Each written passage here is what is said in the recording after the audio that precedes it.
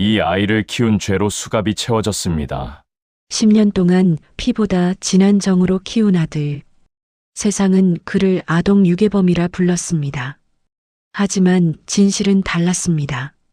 그 아이는 쓰레기 더미에 버려져 죽어가고 있었습니다. 아무도 거들떠보지 않았습니다.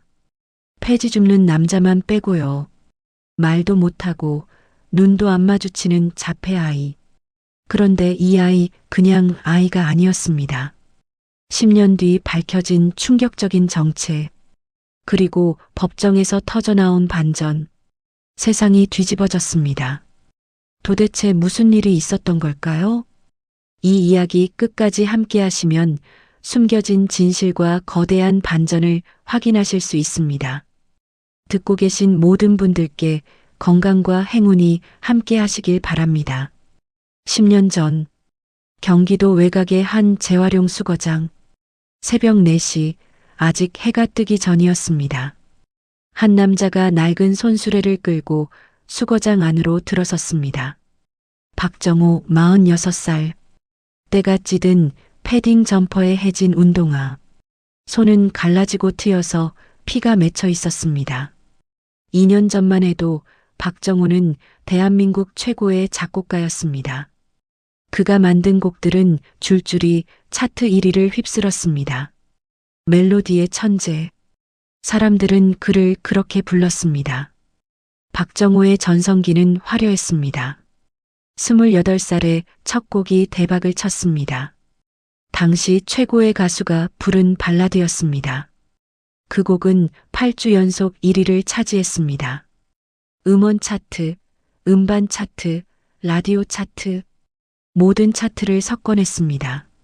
그 후로 박정호가 만든 곡은 무조건 히트했습니다.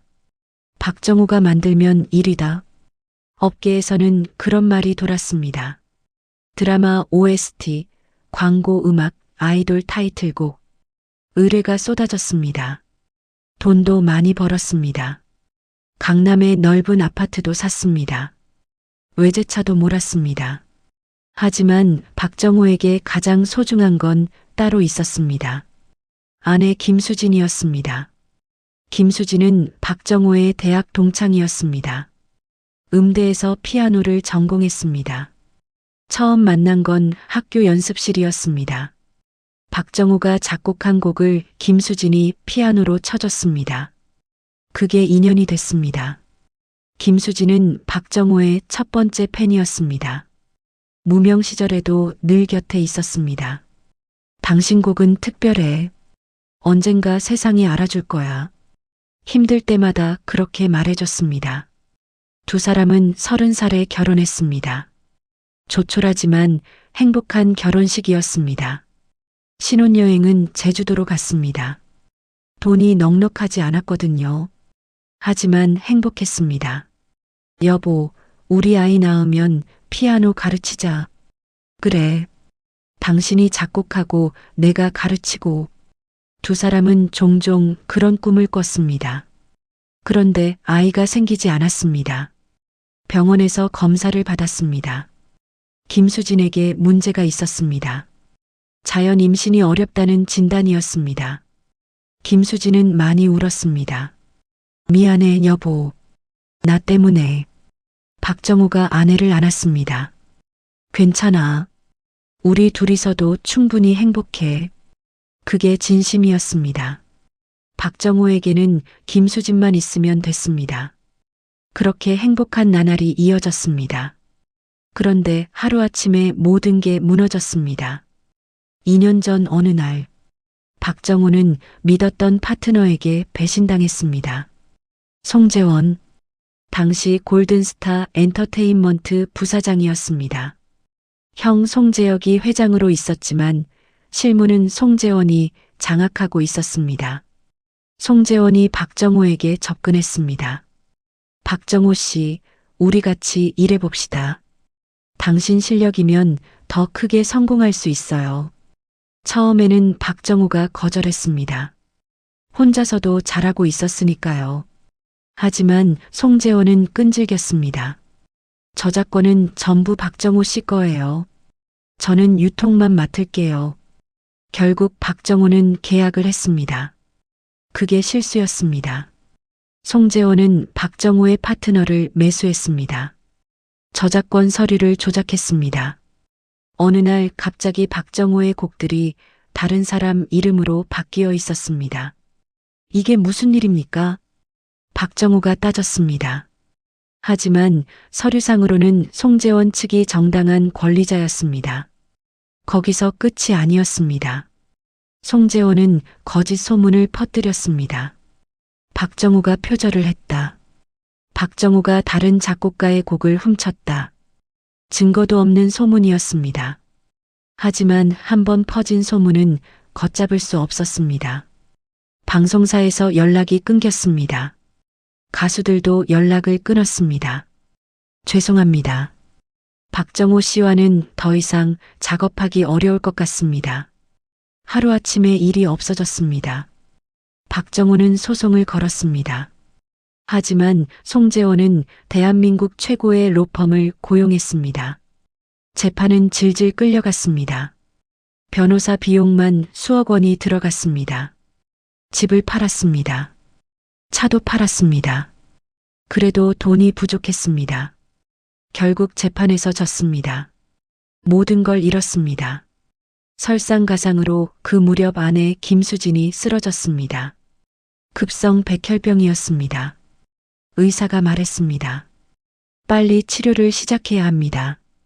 골수 이식이 필요해요. 치료비는 수억 원이 필요했습니다. 하지만 돈이 없었습니다. 박정호는 모든 곳에 손을 벌렸습니다. 은행은 대출을 거절했습니다. 신용불량자가 됐거든요. 친구들에게도 부탁했습니다. 하지만 대부분 연락이 끊겼습니다. 소문 때문에 박정호를 피하는 것이었습니다.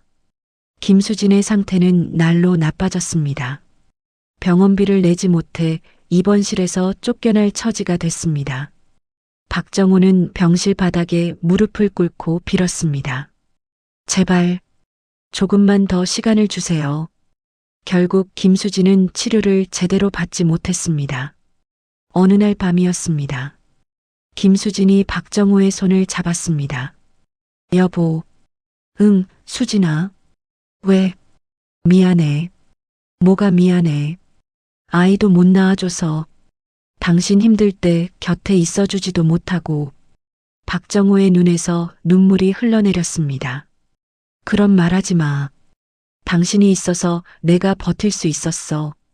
김수진이 힘없이 웃었습니다. 다음 생에는 꼭 당신 아이 낳아줄게. 그게 김수진의 마지막 말이었습니다. 그날 밤 김수진은 눈을 감았습니다. 박정호는 그 자리에서 무너졌습니다. 울음소리가 복도 끝까지 울려 퍼졌습니다. 장례식은 초라했습니다. 찾아오는 사람이 거의 없었습니다. 박정호 혼자서 모든 걸 치렀습니다. 아내를 보내고 나니 살 이유가 없었습니다. 며칠 동안 아무것도 먹지 않았습니다. 죽고 싶었습니다. 그렇게 거리로 나왔습니다. 노숙자가 됐습니다.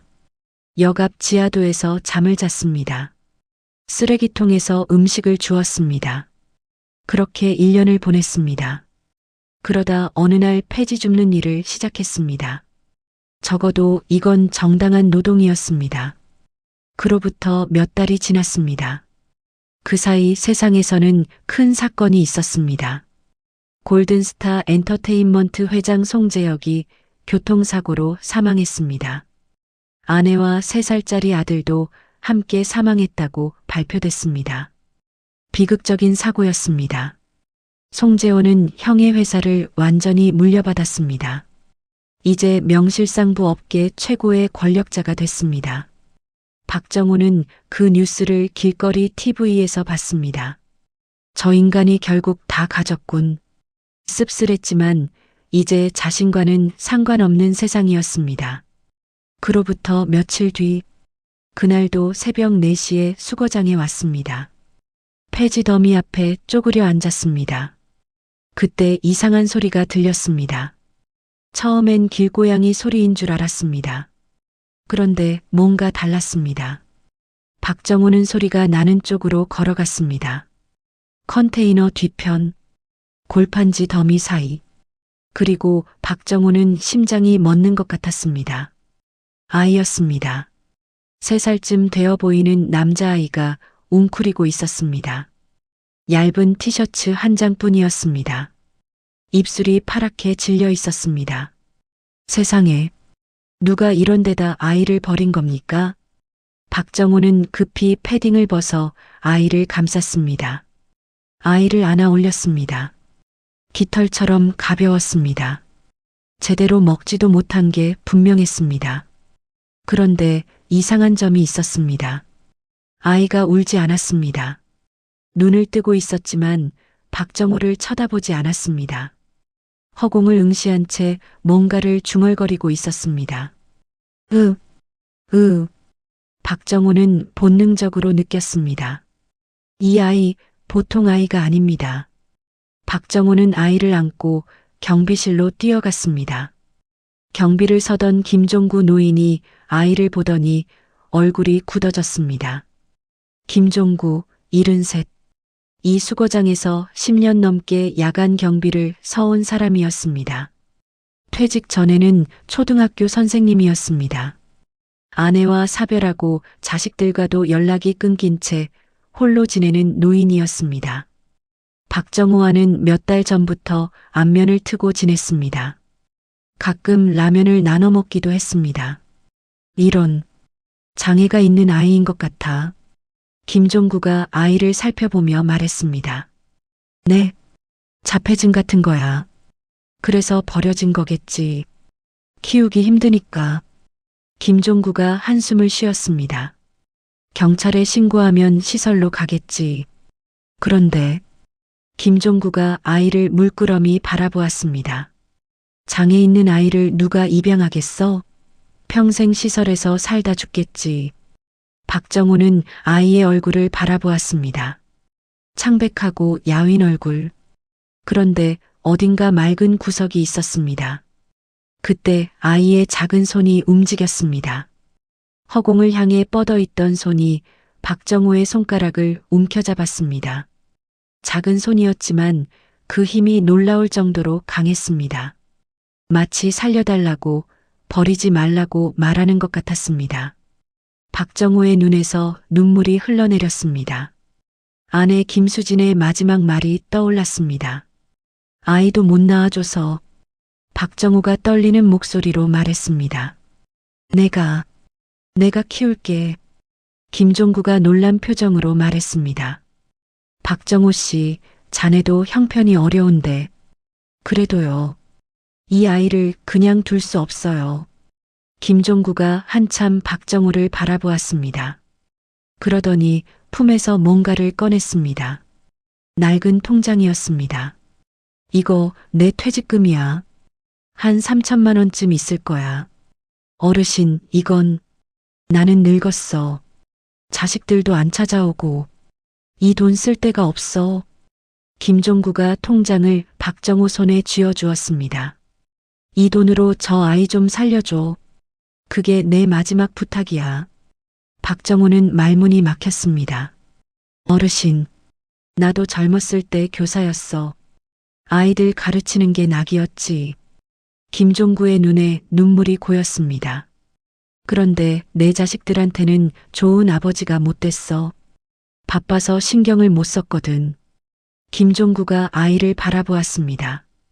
이 아이한테, 내 자식들한테 못 해준 걸 해주게.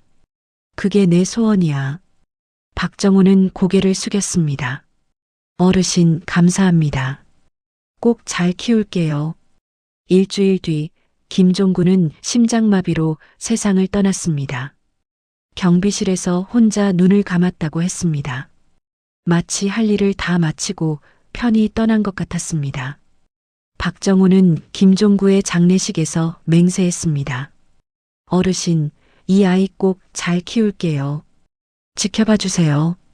박정호는 아이에게 이름을 지어주었습니다. 은율, 은혜로운 가락이라는 뜻이었습니다. 너는 이제부터 은율이야. 박은율. 그렇게 피보다 진한 부자의 인연이 시작되었습니다. 은유리를 데려온 지 사흘째 되던 날, 박정호는 아이를 데리고 대학병원을 찾았습니다. 검사 결과는 예상대로였습니다. 자폐 스펙트럼 장애입니다. 중증이에요. 담당 의사가 말했습니다. 언어 발달이 심하게 지연되어 있고 사회적 상호작용이 거의 불가능합니다. 박정호의 얼굴이 굳어졌습니다. 솔직히 말씀드리면 평생 정상적인 생활이 어려울 수 있습니다. 평생? 그 단어가 천근만근처럼 무거웠습니다. 치료비는 얼마나 듭니까? 언어치료, 행동치료, 감각통합치료. 한 달에 최소 200만 원은 필요합니다. 박정호는 아무 말도 할 수 없었습니다. 한 달에 200만 원. 자신이 한 달에 버는 돈의 2배가 넘는 금액이었습니다. 그런데 이상한 점이 하나 있어요. 의사가 말을 이었습니다. 검사 중에 옆방에서 피아노 소리가 들렸거든요. 그 순간 은유리가 반응을 보였어요. 반응이요? 네. 그 어떤 소리에도 반응 없던 아이가 고개를 돌리더라고요. 그리고 의사가 잠시 멈췄습니다. 저희가 짧은 멜로디를 틀어줬는데 은유리가 그걸 정확하게 따라 흥얼거렸어요. 단 한 번 듣고요. 박정호는 숨이 멎는 것 같았습니다. 20년 넘게 이 일했지만 이런 경우는 처음 봤어요. 아마 서번트 증후군일 겁니다. 서번트 증후군이요? 자폐인 중 극소수에게 나타나는 현상이에요. 특정 분야에서 천재적인 능력을 보이는 거죠. 의사가 은유리를 바라보았습니다. 이 아이에게 음악은 세상과 소통하는 유일한 통로가 될 수 있어요. 박정호는 병원을 나오며 생각했습니다. 음악이라 아이러니했습니다. 박정호도 한때는 음악을 했던 사람이었으니까요. 그 후 박정호의 삶은 전쟁이었습니다. 은유리를 키우는 건 상상 이상으로 힘들었습니다. 아이는 극도로 예민했습니다. 자동차 경적 소리, 개 짖는 소리, 그런 소리가 들리면 귀를 막고 바닥에 주저앉아 울부짖었습니다. 1시간이고 2시간이고 달래야 겨우 진정했습니다. 한 번은 버스를 타고 병원에 가는 길이었습니다. 버스가 갑자기 급정거를 했습니다. 기익.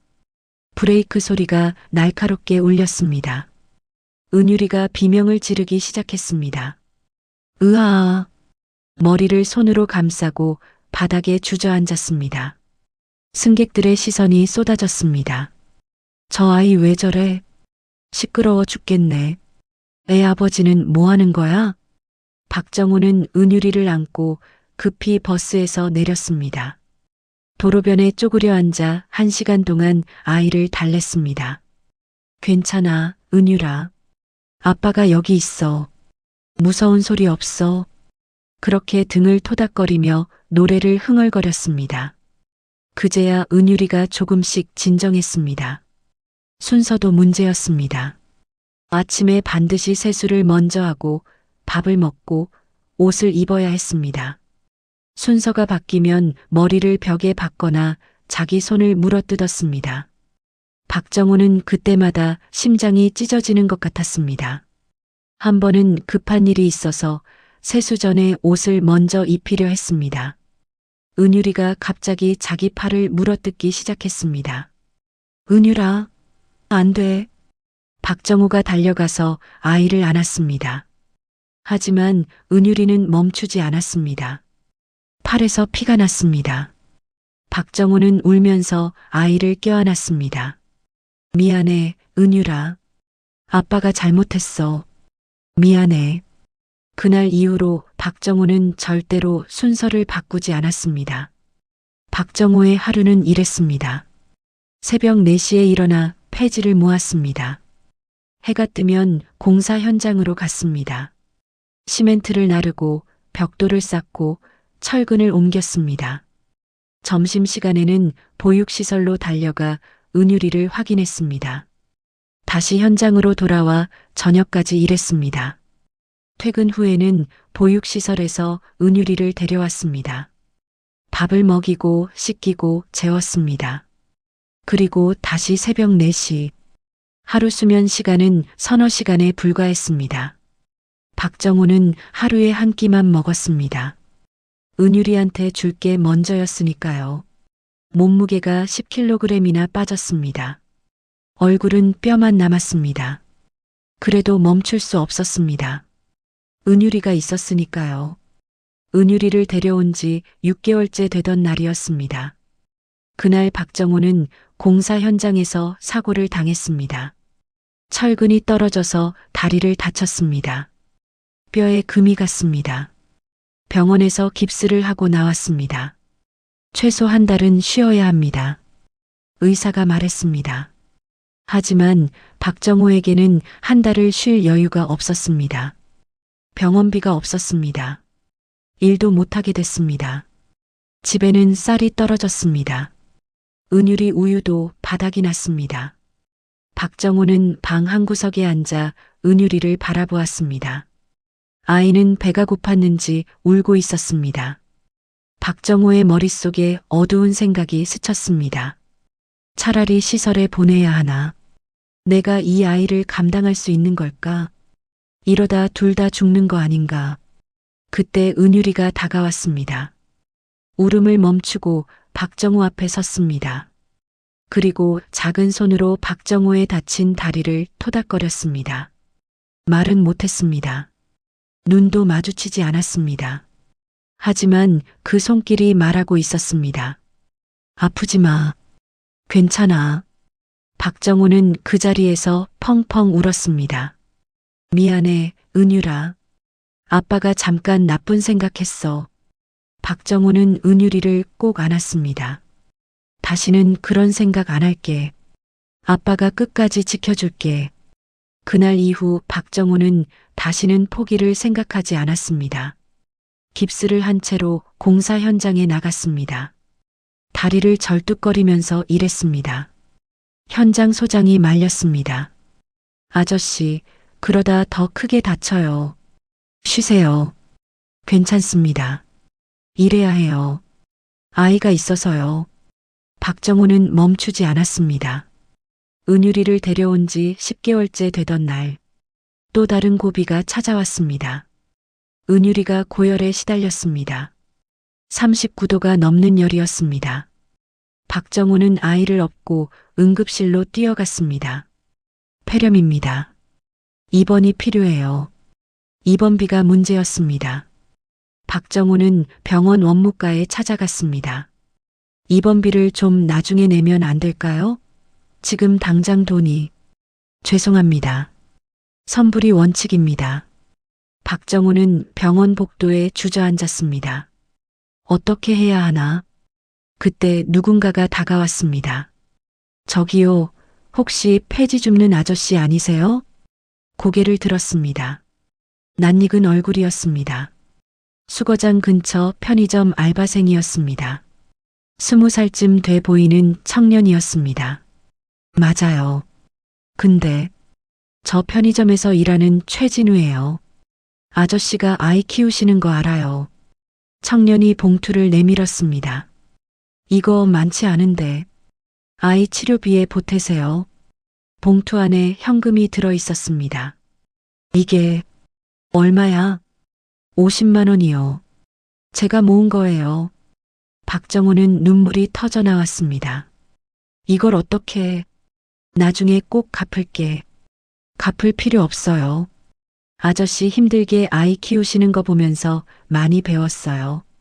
청년이 웃었습니다. 저도 어릴 때 아버지가 안 계셨거든요. 아저씨 보면서 아버지가 있으면 저런 느낌이구나 생각했어요. 박정호는 아무 말도 할 수 없었습니다. 그저 고개를 숙일 뿐이었습니다. 그 돈으로 은유리는 입원 치료를 받을 수 있었습니다. 일주일 만에 열이 내렸습니다. 박정호는 병실에서 아이 곁을 지켰습니다. 밤새 아이의 손을 잡고 있었습니다. 은유라, 아프지 마. 아빠가 있잖아. 은유리를 데려온 지 1년이 지났습니다. 아이는 4살이 됐습니다. 여전히 말은 못했고 눈도 마주치지 않았습니다. 하지만 조금씩 변화가 있었습니다. 박정호의 발소리를 알아듣기 시작했습니다. 박정호가 오면 미세하게 몸을 움직였습니다. 손이 살짝 박정호 쪽으로 뻗어 있었습니다. 그게 아이의 언어였습니다. 어느 날 저녁이었습니다. 박정호는 너무 지쳐서 소파에 쓰러지듯 앉았습니다. 무심결에 흥얼거렸습니다. 옛날에 만들었던 곡이었습니다. 아내 김수진이 좋아하던 노래, 세상에 발표한 적 없는 곡이었습니다. 김수진의 피아노 연주에 맞춰 만든 곡, 두 사람만의 노래였습니다. 그때 옆에서 소리가 났습니다. 랄라라. 박정호가 눈을 떴습니다. 은유리가 옆에 와 있었습니다. 그리고 놀랍게도 입을 달싹거리며 뭔가를 흥얼거리고 있었습니다. 박정호가 방금 흥얼거린 바로 그 멜로디였습니다. 음정이 정확했습니다. 한치의 오차도 없었습니다. 은유라, 지금 뭐 했어? 박정호가 다른 멜로디를 흥얼거려 봤습니다. 복잡한 곡이었습니다. 전조도 있고 변박도 있는 어려운 곡이었습니다. 잠시 후 은유리가 그 멜로디를 정확하게 따라 흥얼거렸습니다. 박정호는 소름이 돋았습니다. 병원에서 말한 게 사실이었습니다. 이 아이에게는 음악적 천재성이 있었습니다. 박정호는 은유리를 꼭 안았습니다. 은유라, 고마워. 아빠한테 노래 불러줘서 고마워. 하늘에서 김수진이 이 아이를 보내준 것 같았습니다. 문제는 악기였습니다. 피아노가 필요했습니다. 하지만 피아노를 살 돈이 없었습니다. 중고 피아노도 최소 100만 원은 했습니다. 박정호에게는 그런 돈이 없었습니다. 그러던 어느 날, 박정호가 일하는 공사 현장 옆에 작은 교회가 있었습니다. 점심시간에 쉬고 있는데 안에서 피아노 소리가 들렸습니다. 박정호가 교회 안을 들여다보았습니다. 예배당 한쪽에 오래된 업라이트 피아노가 있었습니다. 검은색 칠이 군데군데 벗겨진 낡은 피아노. 하지만 박정호 눈에는 보물처럼 보였습니다. 혹시 피아노에 관심 있으세요? 뒤에서 목소리가 들렸습니다. 60대쯤 되어 보이는 목사님이었습니다. 이름은 최영수.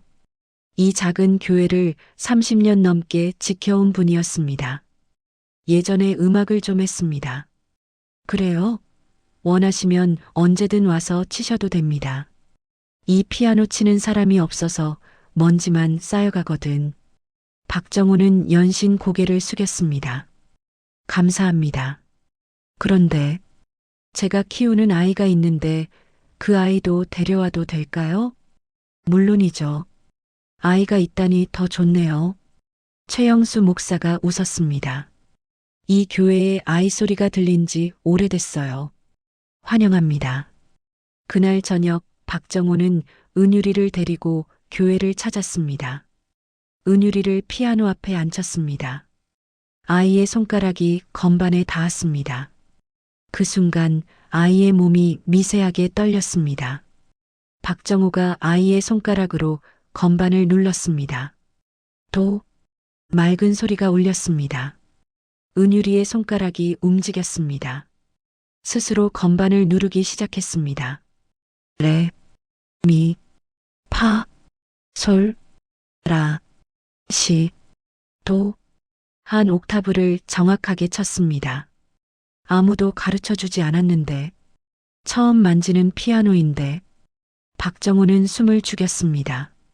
그런데 은유리는 멈추지 않았습니다. 손가락이 빠르게 움직이기 시작했습니다. 멜로디가 흘러나왔습니다.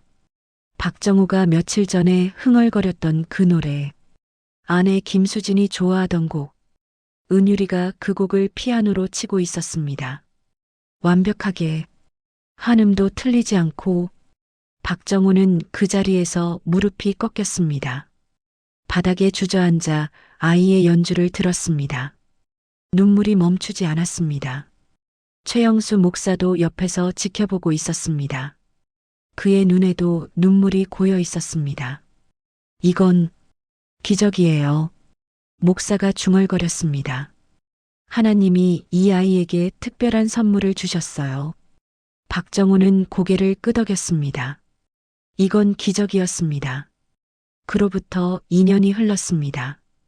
은유리는 6살이 됐습니다. 매일 저녁 교회에서 피아노를 쳤습니다. 은유리의 실력은 폭발적으로 성장했습니다. 처음엔 간단한 동요를 쳤습니다. 한 달 뒤엔 클래식 소품을 쳤습니다. 6개월 뒤엔 쇼팽의 녹턴을 완벽하게 쳤습니다. 1년 뒤엔 베토벤 소나타를 쳤습니다. 한 번 들은 곡은 그대로 재현했습니다. 악보를 볼 줄 몰랐습니다. 그냥 들으면 쳤습니다. 박정호는 매번 놀랐습니다. 은유라, 이 곡은 어디서 들었어? 은유리는 대답하지 않았습니다. 여전히 말을 하지 못했습니다. 하지만 손가락은 말하고 있었습니다. 건반 위에서 춤을 추듯 움직이는 손가락. 그게 은유리의 언어였습니다. 어느 날이었습니다. 은유리가 평소와 다른 곡을 치기 시작했습니다. 박정호가 들어본 적 없는 멜로디였습니다. 쇼팽도 아니고 베토벤도 아니었습니다. 그런데 아름다웠습니다. 슬프면서도 희망이 담긴 멜로디. 마치 은유리의 마음을 담은 것 같았습니다. 은유라, 이 곡은 뭐야? 어디서 들은 거야? 은유리가 처음으로 박정호를 힐끗 쳐다봤습니다. 그리고 자기 가슴을 손가락으로 가리켰습니다. 박정호는 소름이 돋았습니다. 내가 만든 거야? 은유리가 고개를 끄덕였습니다. 6살짜리 아이가 작곡을 했습니다. 한 번도 배운 적 없는 아이가, 말도 못하는 아이가 자기만의 곡을 만들었습니다. 박정호는 그 자리에서 울었습니다. 은유라, 너는 정말 대단해. 최영수 목사가 다가왔습니다. 이 아이는 하나님이 보내신 천사예요. 음악으로 세상에 희망을 전하라고요. 박정호는 결심했습니다. 이 아이를 세상에 알려야 한다. 하지만 방법을 몰랐습니다. 폐지 줍는 사람이 어떻게 아이를 세상에 알리겠습니까? 3년이 더 흘렀습니다. 은유리는 9살이 됐습니다. 피아노 실력은 이미 전문가 수준이었습니다. 리스트의 초절기교 연습곡, 라흐마니노프의 피아노 협주곡, 최고 난이도의 곡들을 완벽하게 쳤습니다. 최영수 목사가 박정호에게 말했습니다. 이 아이 콩쿠르에 한번 내보는 게 어때요? 콩쿠르요? 전국 청소년 피아노 콩쿠르가 있어요. 은유리 실력이면 충분히 입상할 수 있을 거예요. 박정호는 고민했습니다. 은유리는 사람이 많은 곳을 싫어했습니다. 낯선 환경에서는 패닉 상태에 빠지기도 했습니다. 하지만 이건 기회였습니다. 은유리를 세상에 알릴 수 있는 기회. 박정호는 결심했습니다. 해보겠습니다. 콩쿠르 예선날, 서울의 한 대학교 음악관이었습니다. 박정호는 은유리의 손을 잡고 건물 안으로 들어갔습니다.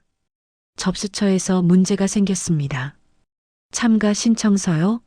보호자 신분증이랑 같이 주세요. 박정호가 서류를 내밀었습니다. 접수 담당자가 서류를 보더니 눈살을 찌푸렸습니다. 잠깐만요. 이 아이 장애 등록이 되어 있네요? 네, 자폐가 있습니다. 하지만 피아노는 담당자가 손을 저었습니다. 죄송합니다. 이 콩쿠르는 일반 부문이에요. 장애인 참가자는 별도 부문으로 신청하셔야 해요. 별도 부문이요? 그런 게 있습니까? 글쎄요, 저도 아무튼 일반 부문은 안 됩니다. 박정호의 얼굴이 굳어졌습니다. 이 아이 실력은 일반 부문 참가자들과 비교해도 뒤지지 않습니다. 한 번만 기회를 주세요. 담당자가 냉정하게 말했습니다. 규정이 그래요. 저도 어쩔 수 없습니다.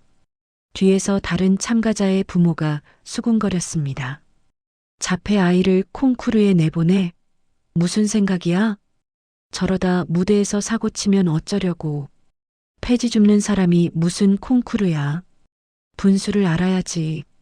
박정호의 주먹이 떨렸습니다. 하지만 참았습니다. 여기서 소란을 피우면 은유리만 힘들어집니다. 박정호는 은유리의 손을 잡고 돌아섰습니다. 가자, 은유라. 건물을 나서는데 은유리가 발걸음을 멈췄습니다. 그리고 건물 안쪽을 바라보았습니다. 안에서 피아노 소리가 들려오고 있었습니다. 다른 참가자가 연습하는 소리였습니다. 은유리의 손이 미세하게 떨렸습니다. 치고 싶다. 그 손이 말하고 있었습니다. 박정호는 가슴이 찢어지는 것 같았습니다. 은유라, 미안해. 아빠가 힘이 없어서. 그날 밤 박정호는 잠을 이루지 못했습니다. 세상은 왜 이렇게 불공평한가? 실력이 있어도 기회조차 주지 않는다. 장애가 있다는 이유만으로, 가난하다는 이유만으로 박정호는 주먹을 불끈 쥐었습니다. 반드시 기회를 만들어줄게. 은유라, 기다려. 5년이 더 흘렀습니다. 은유리는 12살이 됐습니다. 그 사이 많은 일이 있었습니다. 박정호는 포기하지 않았습니다. 여러 콩쿠르에 도전했습니다. 하지만 번번이 벽에 부딪혔습니다. 어떤 곳은 장애를 이유로 거절했습니다. 어떤 곳은 소속 학원이나 선생님이 없다고 거절했습니다. 어떤 곳은 참가비가 너무 비쌌습니다. 그래도 박정호는 멈추지 않았습니다. 매일 새벽에 폐지를 줍고 낮에는 공사장에서 일하고 저녁에는 은유리와 함께 교회에 갔습니다. 은유리의 연주를 들으며 하루의 피로를 잊었습니다. 그러던 어느 날 은유리를 데려온 지 9년째 되던 날이었습니다. 그날도 교회에서 은유리가 피아노를 치고 있었습니다. 박정호는 눈을 감고 음악을 듣고 있었습니다. 연주가 끝났습니다. 박정호가 눈을 떴습니다. 은유리가 피아노 앞에서 박정호를 바라보고 있었습니다. 이상했습니다. 은유리는 평소에 눈을 잘 마주치지 않았습니다. 그런데 오늘은 똑바로 박정호를 보고 있었습니다. 은유라, 왜 그래? 은유리의 입술이 달싹거렸습니다. 아, 박정호의 심장이 멎는 것 같았습니다. 아, 빠, 분명한 발음이었습니다. 9년 동안 기다렸던 말, 단 한 번도 들어보지 못한 말. 아빠, 은유리가 다시 말했습니다. 박정호는 그 자리에서 무너졌습니다. 무릎을 꿇고 펑펑 울었습니다. 은유라, 은유라. 박정호가 은유리에게 다가갔습니다. 떨리는 손으로 아이를 안았습니다. 그래, 나 아빠야. 아빠야, 은유라. 은유리가 박정호를 안았습니다. 9년 만에 처음으로 아이가 먼저 박정호를 안았습니다. 아빠, 고마워. 3마디, 단 3마디였습니다. 하지만 그 3마디에 9년의 세월이 담겨 있었습니다. 박정호는 울면서 웃었습니다. 아빠가 더 고마워. 은유라, 아빠한테 와줘서 고마워. 최영수 목사가 옆에서 눈물을 훔쳤습니다. 기적이에요. 하나님이 기적을 보여주셨어요. 그날 밤 박정호는 잠을 이루지 못했습니다. 하지만 이번엔 기쁨 때문이었습니다. 9년 동안 힘들었던 모든 순간이 보상받는 느낌이었습니다. 은유리가 말을 했습니다. 아빠라고 불러줬습니다. 그것만으로 충분했습니다. 아니, 그 이상이었습니다. 그로부터 1년이 지났습니다. 은유리는 13살이 됐습니다. 말을 하는 횟수가 조금씩 늘어났습니다. 여전히 긴 문장은 어려웠습니다. 하지만 짧은 단어들은 할 수 있게 됐습니다. 배고파. 피아노. 아빠, 좋아. 그 짧은 말들이 박정호에게는 세상 무엇보다 소중했습니다. 피아노 실력은 이미 세계 정상급이었습니다. 쇼팽, 리스트, 라흐마니노프, 그 어떤 곡도 완벽하게 쳤습니다. 은유리가 직접 작곡한 곡도 수십 곡이 됐습니다. 하지만 세상은 여전히 은유리를 몰랐습니다. 교회의 낡은 피아노 앞에서만 빛나는 천재, 아무도 모르는 다이아몬드. 그러던 어느 날, 기회가 찾아왔습니다. 최영수 목사는 10년 동안 은유리를 지켜봤습니다. 3살 때 처음 피아노를 만졌던 날, 4살 때 쇼팽을 완벽하게 쳤던 날, 6살 때 첫 작곡을 했던 날, 9살 때 콩쿠르에서 거절당하고 돌아왔던 날, 12살 때 처음으로 아빠라고 말했던 날, 모든 순간을 곁에서 지켜봤습니다. 최영수 목사는 확신했습니다. 이 아이는 세상에 알려져야 합니다. 이 아이의 음악은 사람들에게 희망을 줄 수 있습니다. 하지만 박정호에게는 그럴 능력이 없었습니다. 폐지 줍는 사람이 어떻게 아이를 세상에 알리겠습니까? 최영수 목사는 오랫동안 고민했습니다. 그러다 한 사람이 떠올랐습니다. 딸 이수현. 서울에서 다큐멘터리 PD로 일하고 있었습니다. 사회적 약자들의 이야기를 주로 다뤄서 수상 경력도 있는 실력파였습니다. 최영수 목사는 딸에게 전화했습니다. 수연아, 아버지가 보여주고 싶은 아이가 있어. 이번에 올 때 꼭 봐줬으면 좋겠다. 아이요? 무슨 아이인데요? 직접 보면 알아. 아버지 평생 부탁이다. 이수연은 아버지의 목소리에서 진지함을 느꼈습니다. 평소에 부탁을 잘 안 하는 아버지였습니다. 알겠어요, 아버지. 이번 주말에 갈게요. 주말 저녁, 이수연이 아버지의 교회를 찾았습니다.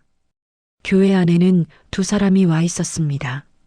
50대 중반쯤 되어 보이는 남자, 낡은 점퍼에 해진 운동화, 손은 거칠고 얼굴에는 주름이 가득했습니다. 그 옆에 13살쯤 되어 보이는 소년이 서 있었습니다. 수연아, 이쪽은 박정호 씨야. 그리고 이 아이가 은율이고, 최영수 목사가 소개했습니다. 이수연은 인사를 했습니다. 그런데 소년이 눈에 들어왔습니다. 소년은 이수연을 쳐다보지 않았습니다. 허공을 응시하고 있었습니다. 최영수 목사가 은율이를 피아노 앞으로 데려갔습니다. 은율아, 오늘도 연주해 줄 수 있어? 은율이가 피아노 앞에 앉았습니다. 건반에 손을 올렸습니다. 잠시 정적이 흘렀습니다. 그리고 연주가 시작됐습니다. 라흐마니노프 피아노 협주곡 2번. 피아노 역사상 가장 어려운 곡 중 하나였습니다. 은유리의 손가락이 건반 위를 질주했습니다. 폭풍 같은 도입부.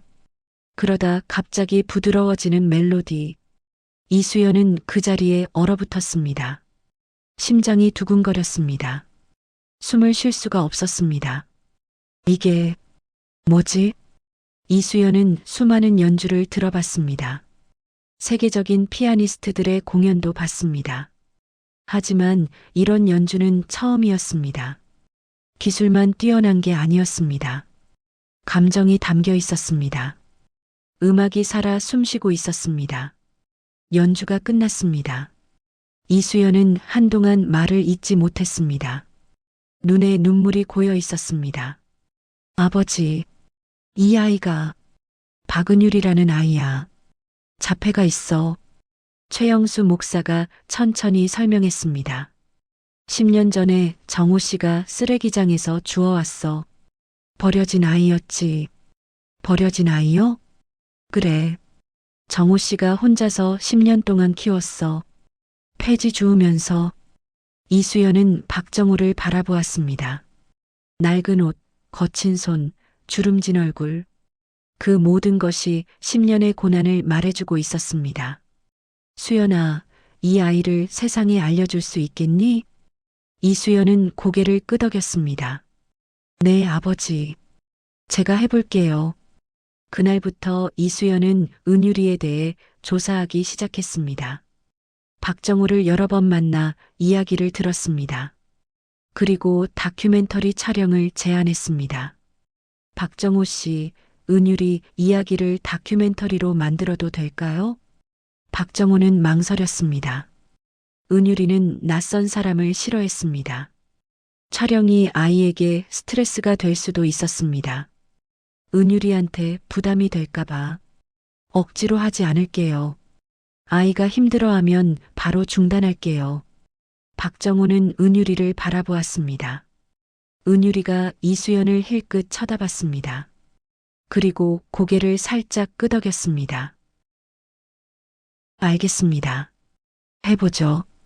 촬영은 2주 동안 진행됐습니다. 이수연은 약속을 지켰습니다. 은율이가 불편해하면 바로 카메라를 껐습니다. 자연스러운 모습만 담았습니다. 교회에서 피아노 치는 모습, 박정우와 함께 저녁 먹는 모습, 폐지 손수레 옆에서 웃는 모습, 은율이도 점점 이수연에게 마음을 열었습니다. 수연, 누나. 은율이가 이수연을 그렇게 불렀습니다. 한 달 뒤, 이수연이 다큐멘터리를 완성했습니다. 제목은 침묵의 천재 마이너스 말 못하는 소년의 피아노. 40분짜리 영상이었습니다. 이수연은 이 영상을 유튜브에 올렸습니다. 처음에는 조회수가 많지 않았습니다. 100명, 500명, 1000명. 천천히 올라갔습니다. 그런데 3일째 되던 날 갑자기 폭발했습니다. 어떤 유명 연예인이 이 영상을 공유했습니다. 이 영상 보고 펑펑 울었습니다. 꼭 보세요. 그 한마디가 불을 붙였습니다. 하루 만에 10만, 이틀 만에 50만, 일주일 만에 300만을 돌파했습니다. 댓글이 쏟아졌습니다. 눈물이 멈추지 않아요. 이 아이 연주 들으면서 펑펑 울었습니다. 천재는 이런 걸 두고 하는 말이구나.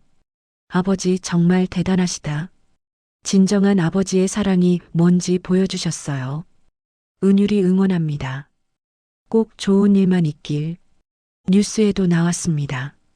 자폐 소년의 피아노 연주, 전 국민 감동.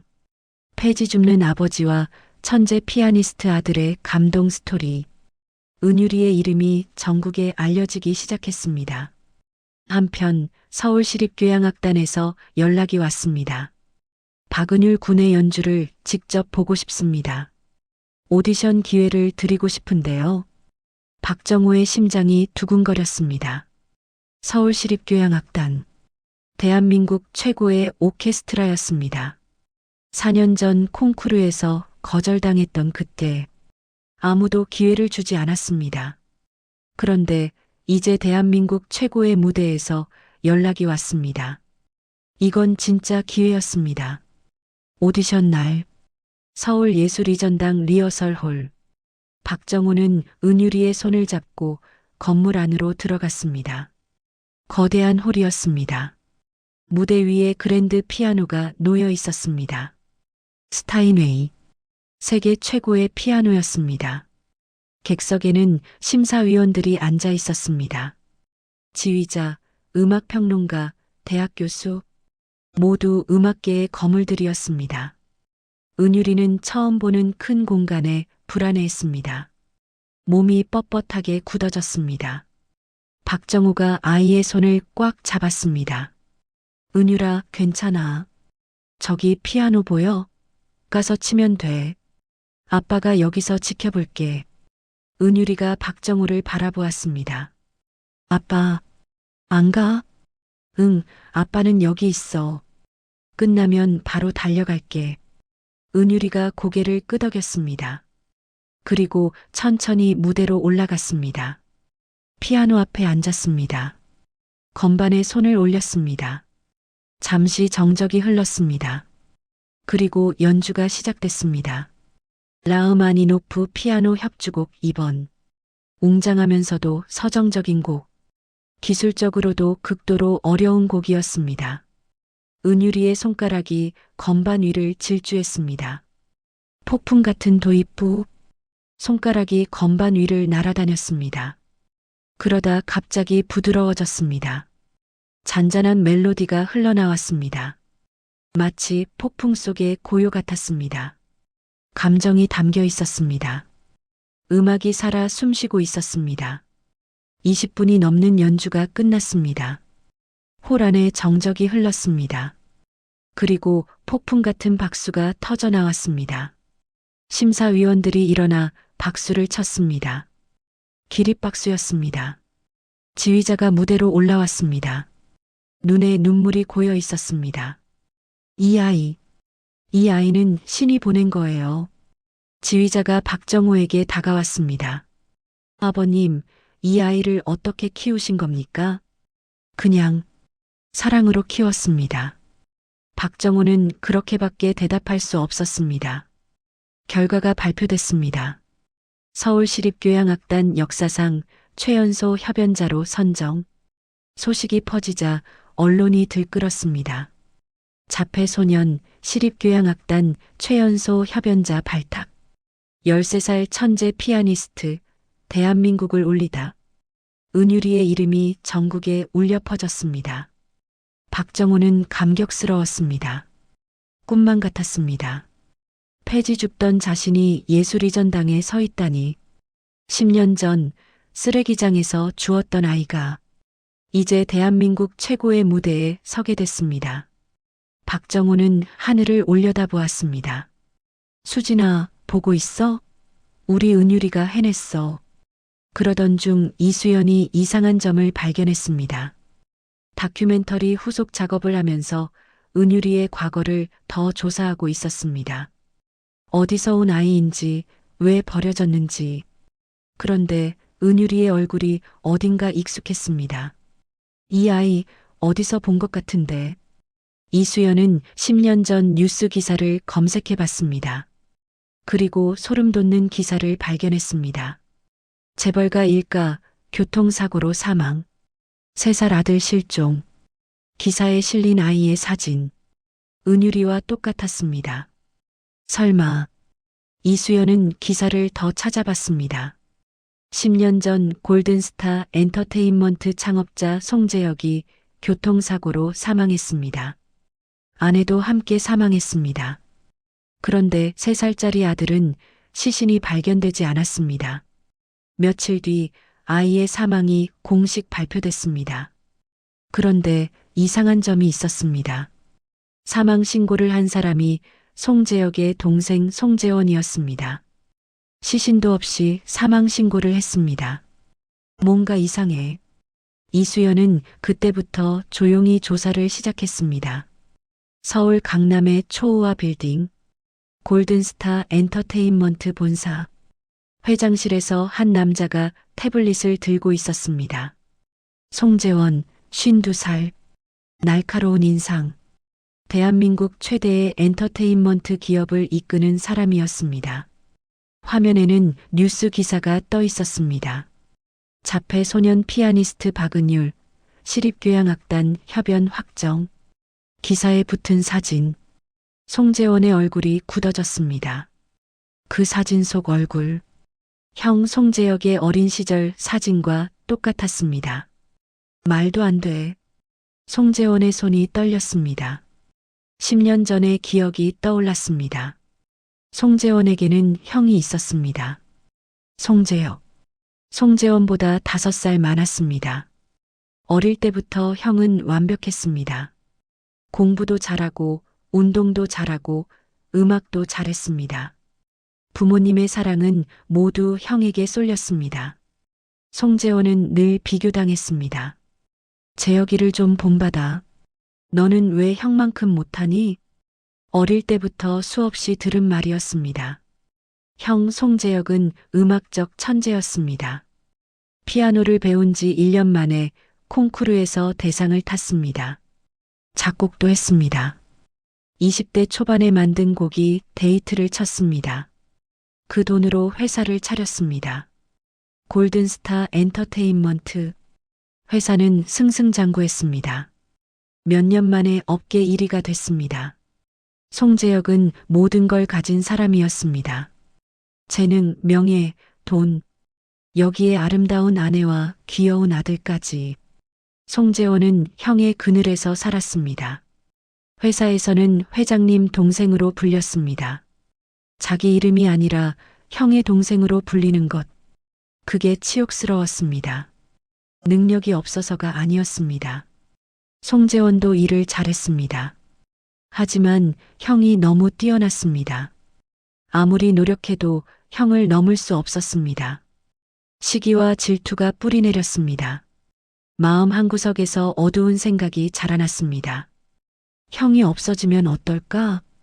그러면 모든 게 내 거가 될 텐데. 그 생각이 점점 커졌습니다. 그래서 계획을 세웠습니다. 10년 전 어느 날 밤, 송재혁 가족이 여행을 떠났습니다. 아내와 3살짜리 아들 하준이와 함께 산길을 달리던 차가 갑자기 추락했습니다. 브레이크가 고장났다고 발표됐습니다. 하지만 그건 송재원이 조작한 것이었습니다. 정비소 기술자를 매수했습니다. 브레이크 라인에 구멍을 냈습니다. 완벽한 범행이었습니다. 송재혁과 그의 아내는 그 자리에서 숨졌습니다. 하지만 아이는 살아 있었습니다. 송재원이 사고 현장에 먼저 도착했습니다. 경찰보다 빨리 3살배기 조카가 차에서 튕겨져 나와 있었습니다. 기적적으로 살아 있었습니다. 송재원은 아이를 내려다보았습니다. 이 아이가 살아있으면 안 됐습니다. 송재혁의 유산이 모두 이 아이에게 가게 되어 있었거든요. 회사 지분, 부동산, 저작권, 수천억 원에 달하는 재산이었습니다. 아이가 살아있으면 송재원에게 돌아올 게 없었습니다. 송재원은 아이를 안아들었습니다. 그리고 차를 몰아 멀리 갔습니다. 경기도 외곽의 재활용 수거장. 송재원은 아이를 컨테이너 뒤편에 버렸습니다. 미안하다, 하준아. 하지만 넌 없어져야 해. 아이는 울지도 않았습니다. 그냥 허공을 바라보고 있었습니다. 송재원은 돌아섰습니다. 아이가 죽을 거라고 생각했습니다. 한겨울이었습니다. 어린아이가 밖에서 밤을 버틸 수 없었습니다. 며칠 뒤 아이의 사망이 공식 발표됐습니다. 물론 거짓이었습니다. 송재원이 꾸민 것이었습니다. 위조한 사망진단서를 제출했습니다. 아무도 의심하지 않았습니다. 사고로 가족 전체가 사망한 비극. 사람들은 안타까워했지만 깊이 파헤치지 않았습니다. 송재혁의 모든 재산이 송재원에게 넘어왔습니다. 유일한 친족이었으니까요. 회사도 송재원의 것이 됐습니다. 완벽한 범죄였습니다. 10년 동안 아무도 몰랐습니다. 그런데 지금 뉴스에 떠 있는 이 아이의 얼굴은 뭐지? 송재원의 머릿속이 빠르게 돌아갔습니다. 만약 저 아이가 진짜 조카 하준이라면 DNA 검사라도 하면 모든 게 드러납니다. 송재원은 살인과 아동유기로 감옥에 가게 될 것입니다. 평생 쌓아온 것들이 한순간에 무너질 것입니다. 안 돼. 여기까지 오는데 10년이 걸렸어. 송재원은 비서를 불렀습니다. 박은율이라는 아이에 대해 전부 조사해. 알겠습니다. 며칠 뒤 비서가 보고서를 들고 왔습니다. 박은율, 현재 13살. 경기도 외곽에서 거주 중. 보호자는 박정호, 56살. 송재원의 눈이 가늘어졌습니다. 박정호? 어디서 들어본 이름인데. 현재는 폐지 수거와 일용직을 하고 있습니다. 그런데 12년 전에는 작곡가였습니다. 송재원의 눈이 번뜩였습니다. 박정호. 그 이름이 갑자기 기억났습니다. 12년 전 송재원이 형 몰래 사업을 확장하던 시절이었습니다. 눈의 가시 같은 작곡가가 있었습니다. 실력이 뛰어났고 송재원의 제안을 거절했습니다. 송재원은 그를 용서할 수 없었습니다. 자기를 거절하는 사람은 반드시 망하게 해야 했습니다. 그래서 손을 썼습니다. 파트너를 매수해서 저작권을 빼돌리게 했습니다. 거짓 소문을 퍼뜨려 매장시켰습니다. 그 박정호가 살아있었군. 폐지나 죽고 있다니 꼴 좋다. 송재원이 피식 웃었습니다. 그러다 웃음이 사라졌습니다. 그런데 왜 그 남자가 내 조카를 키우고 있는 거지? 10년 전 수거장에서 버려진 아이를 발견해서 데려왔다고 합니다. 송재원의 입꼬리가 올라갔습니다. 모든 게 연결됐습니다. 10년 전 자신이 버린 조카를 자신이 망하게 한 남자가 주워서 키우고 있었습니다. 세상에 이런 우연이. 송재원은 웃음을 터뜨렸습니다. 하하, 운명이란 건 참 재미있군. 하지만 웃음은 오래가지 않았습니다. 문제는 심각했습니다. 아이를 없앨 수는 없었습니다. 이미 유명해졌으니까요. 전 국민이 지켜보고 있었습니다. 아이에게 무슨 일이 생기면 의심받을 것입니다. 다른 방법이 필요했습니다. 송재원의 머릿속이 빠르게 돌아갔습니다. 박정호를 범죄자로 만들면 되겠군. 송재원이 중얼거렸습니다. 아동 유괴범. 그 죄명이면 충분해. 계획이 떠올랐습니다. 10년 전 실종된 아이. 그 아이를 박정호가 유괴했다고 신고하면 됩니다. 증거는 조작하면 됩니다. 경찰 쪽에 아는 사람이 있었습니다. 로펌도 최고급으로 붙이면 됩니다. 폐지 줍는 사람이 대한민국 최고의 재벌을 이길 수 있겠습니까? 송재원은 비서에게 지시했습니다. 법무팀 불러. 그리고 아는 형사한테 연락해. 송재원의 눈에 섬뜩한 빛이 서렸습니다. 이번엔 확실하게 끝내야겠어. 박정호는 여느 때처럼 하루를 보내고 있었습니다. 은유리의 손을 잡고 교회에서 집으로 돌아오는 길이었습니다. 요즘 은유리에게 변화가 생기고 있었습니다. 말을 하는 횟수가 부쩍 늘었습니다. 아빠 배고파. 아빠 피아노 치고 싶어. 짧은 문장들이었지만 박정호에게는 기적 같았습니다. 병원에서도 놀라워했습니다. 음악이 아이의 뇌를 자극한 것 같아요. 언어 능력이 계속 발전하고 있습니다. 박정호는 기뻤습니다. 언젠가 은유리가 긴 문장으로 대화할 수 있을지도 모른다. 그 희망이 생겼습니다. 그날도 골목길을 걷고 있었습니다. 석양이 지고 있었습니다. 따뜻한 저녁이었습니다. 은유리가 갑자기 박정호의 손을 꽉 잡았습니다. 그리고 박정호를 올려다보며 말했습니다. 아빠, 사랑해. 박정호는 심장이 멎는 줄 알았습니다. 10년 동안 한 번도 듣지 못한 말이었습니다. 은유라, 지금 뭐라고 했어? 아빠 사랑해. 분명한 발음이었습니다. 박정호의 눈에서 눈물이 쏟아졌습니다. 그래, 은유라. 아빠도 사랑해. 아빠도 너 사랑해. 박정호가 은유리를 안았습니다. 은유리도 박정호를 꼭 안았습니다. 세상에서 가장 행복한 순간이었습니다. 그 순간 검은 승용차가 앞을 막아섰습니다. 차 문이 열리더니 양복 입은 남자들이 내렸습니다. 박정호 씨 맞죠? 경찰이었습니다.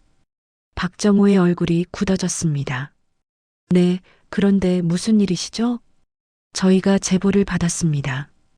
이 아이가 10년 전 실종된 아동과 일치한다는 제보요. 실종 아동이요?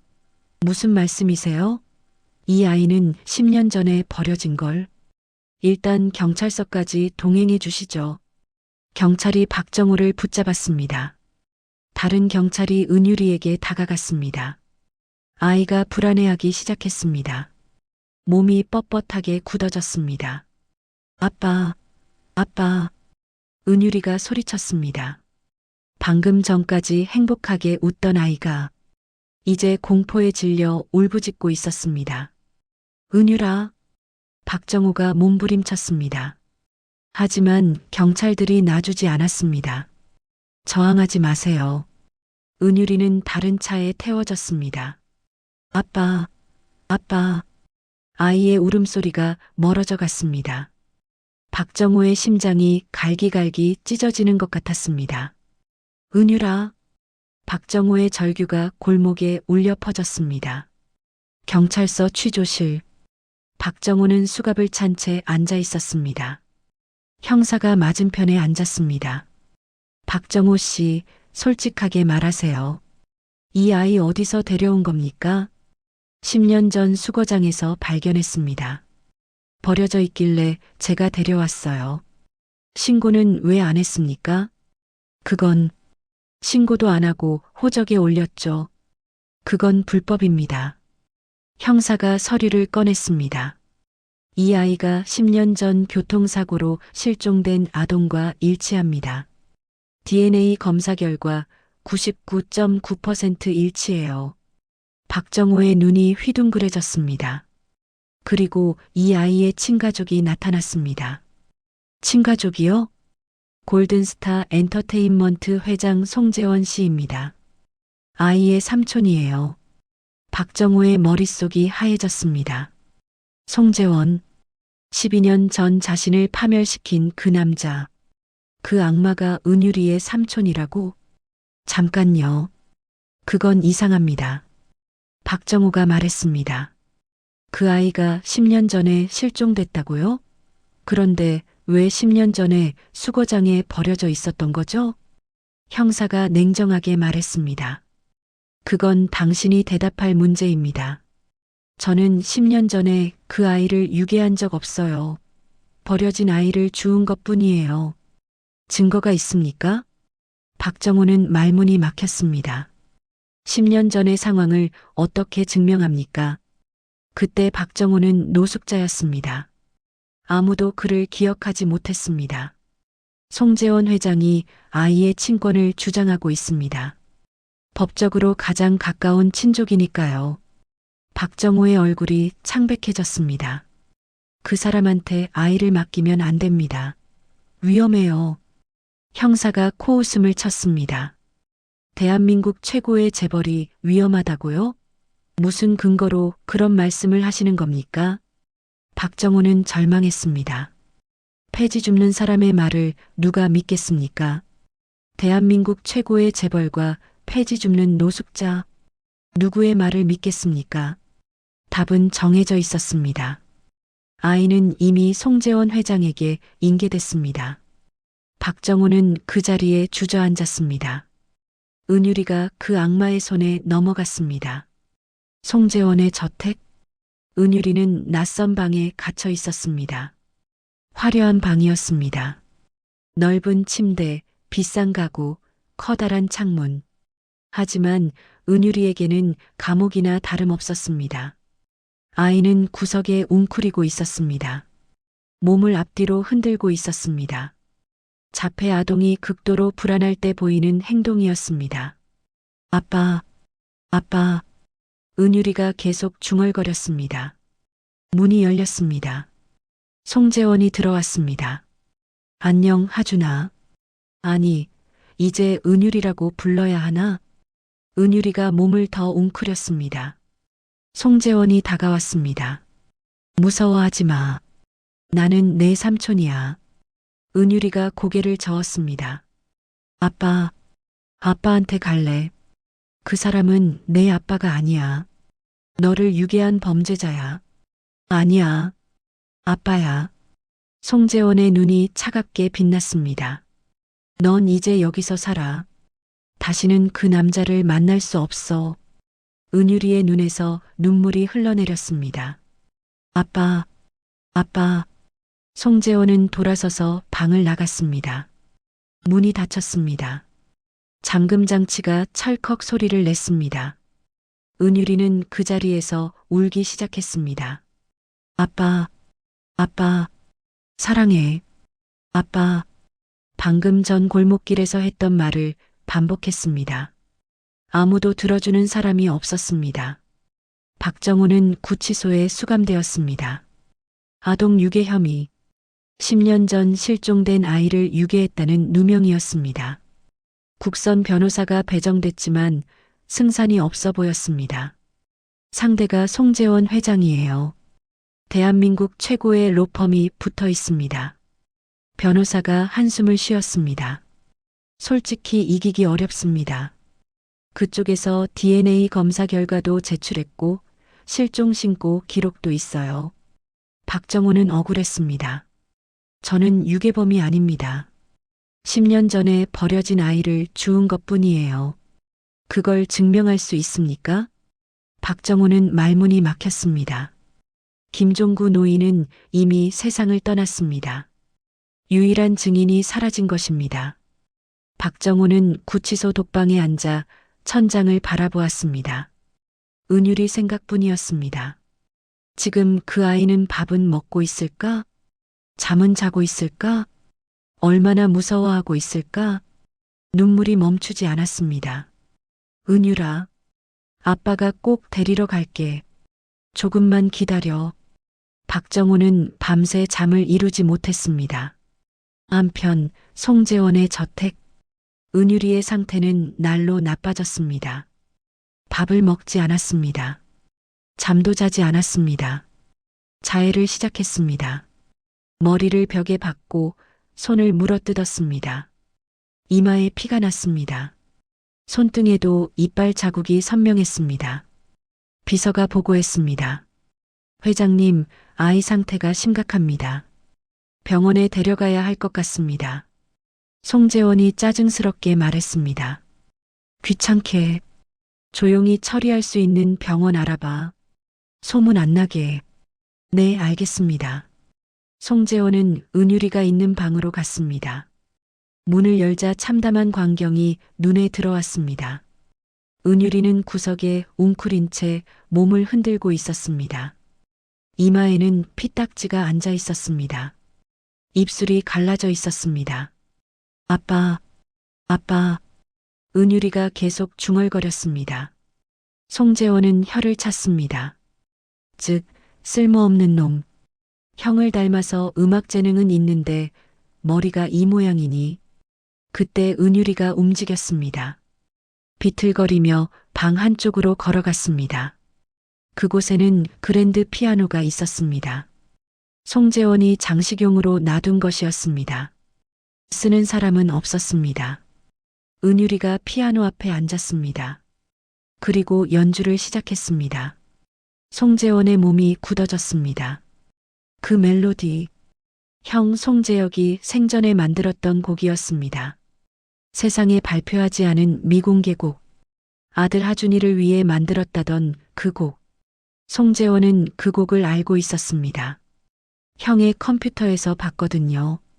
파일은 삭제했습니다. 증거를 없애기 위해서였습니다. 그런데 이 아이가 그 곡을 치고 있었습니다. 어떻게? 아이가 기억하고 있었던 것입니다. 3살 때 아버지가 들려준 곡을. 은율이의 연주는 계속됐습니다. 슬픔이 담긴 멜로디, 그리움이 담긴 멜로디.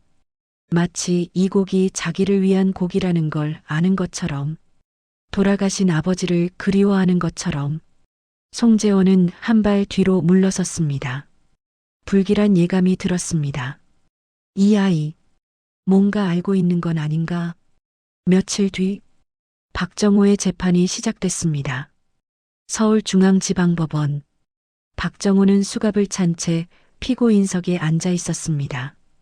방청석에는 기자들이 가득했습니다. 천재 피아니스트 아버지의 재판. 세간의 관심이 쏠려 있었습니다. 검사가 일어섰습니다. 피고인 박정호는 10년 전 피해 아동을 유괴하여 자신의 아들로 위장해 키워왔습니다. 박정호가 소리쳤습니다. 아닙니다. 저는 10년 전에 수거장에서 그 아이를 발견했습니다.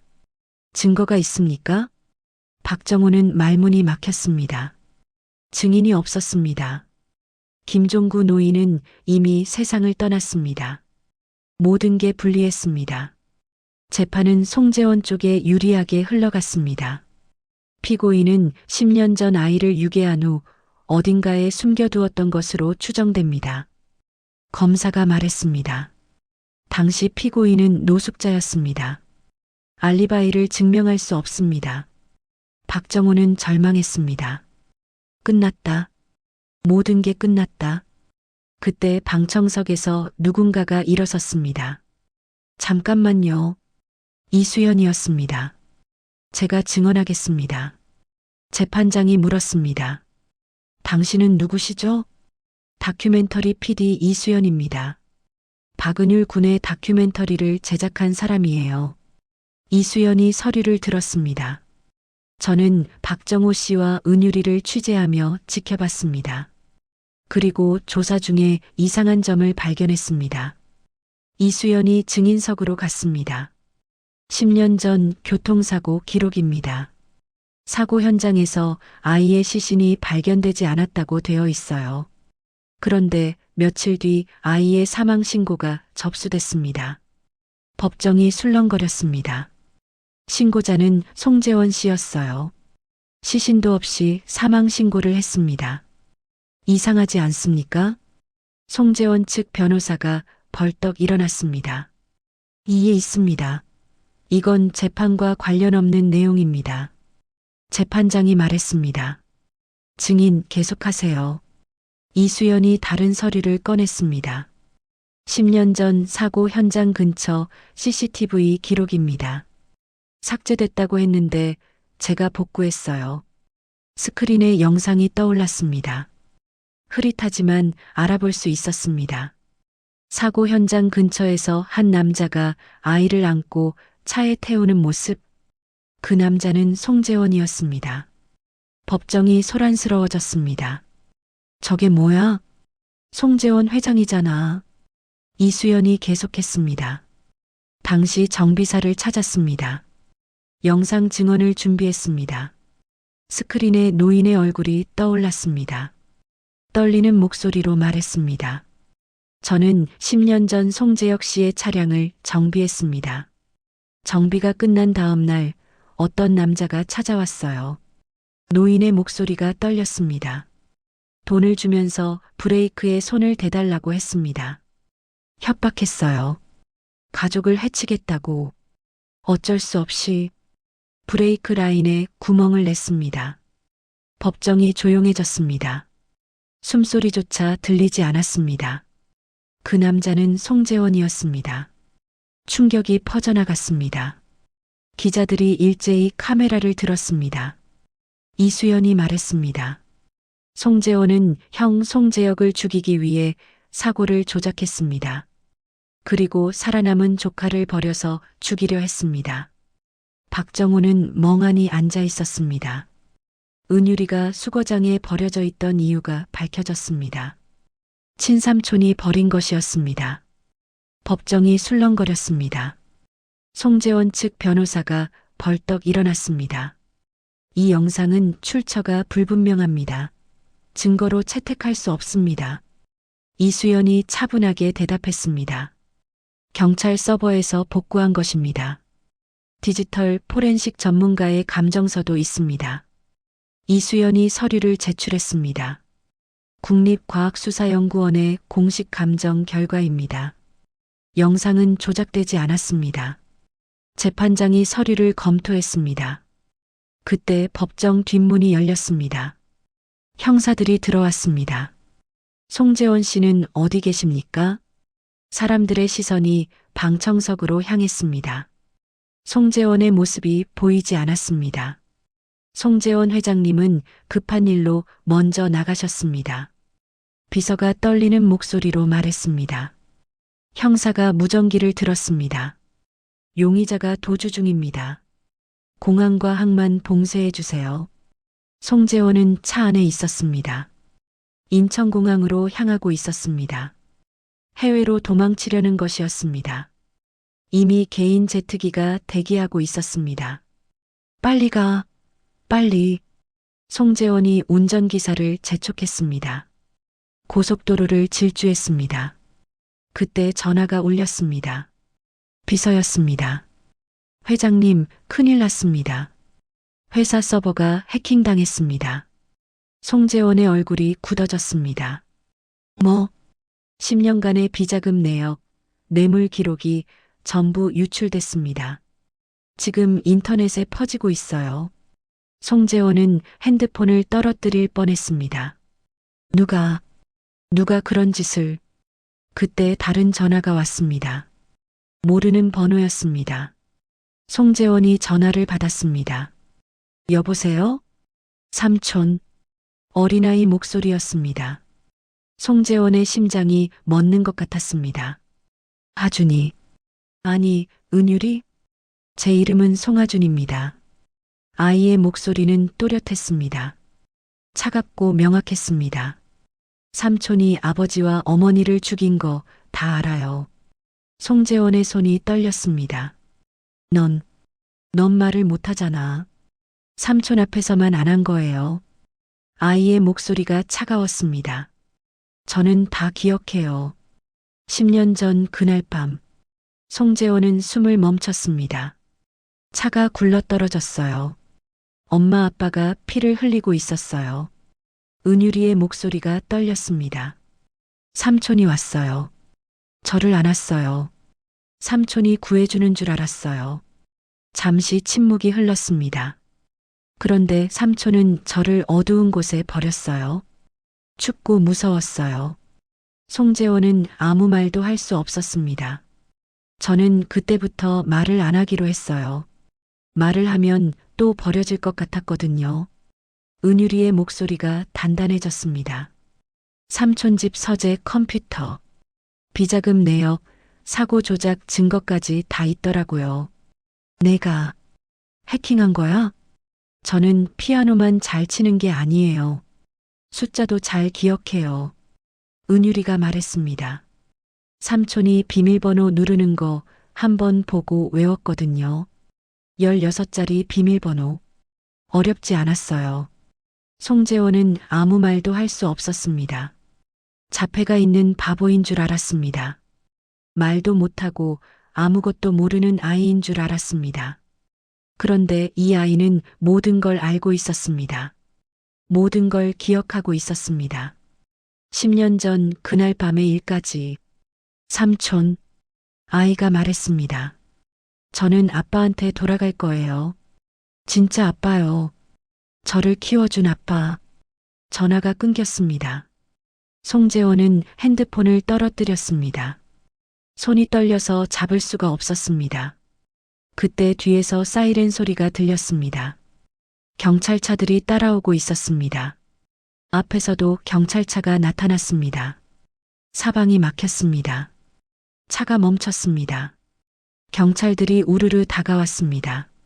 송재원 씨, 차에서 내리세요. 살인 및 살인 미수 혐의로 체포합니다. 송재원은 고개를 떨궜습니다. 끝이었습니다. 한 달 뒤, 서울중앙지방법원. 이번에는 송재원이 피고인석에 앉아 있었습니다. 수갑을 찬 채, 한 달 전의 화려함은 온데간데 없었습니다. 머리는 헝클어져 있었고 얼굴은 수척해져 있었습니다. 방청석에는 박정우와 은유리도 있었습니다. 박정우는 모든 혐의가 벗겨져 풀려났습니다. 오히려 은유리를 구하고 키운 은인으로 재평가받았습니다. 언론에서는 박정우를 진정한 아버지라고 불렀습니다. 재판이 시작됐습니다. 검사가 일어섰습니다. 피고인 송재원은 10년 전 친형 송재혁과 형수를 살해하기 위해 차량 사고를 조작했습니다. 또한 살아남은 조카를 유기하여 살해하려 했습니다. 검사가 증거들을 제시했습니다.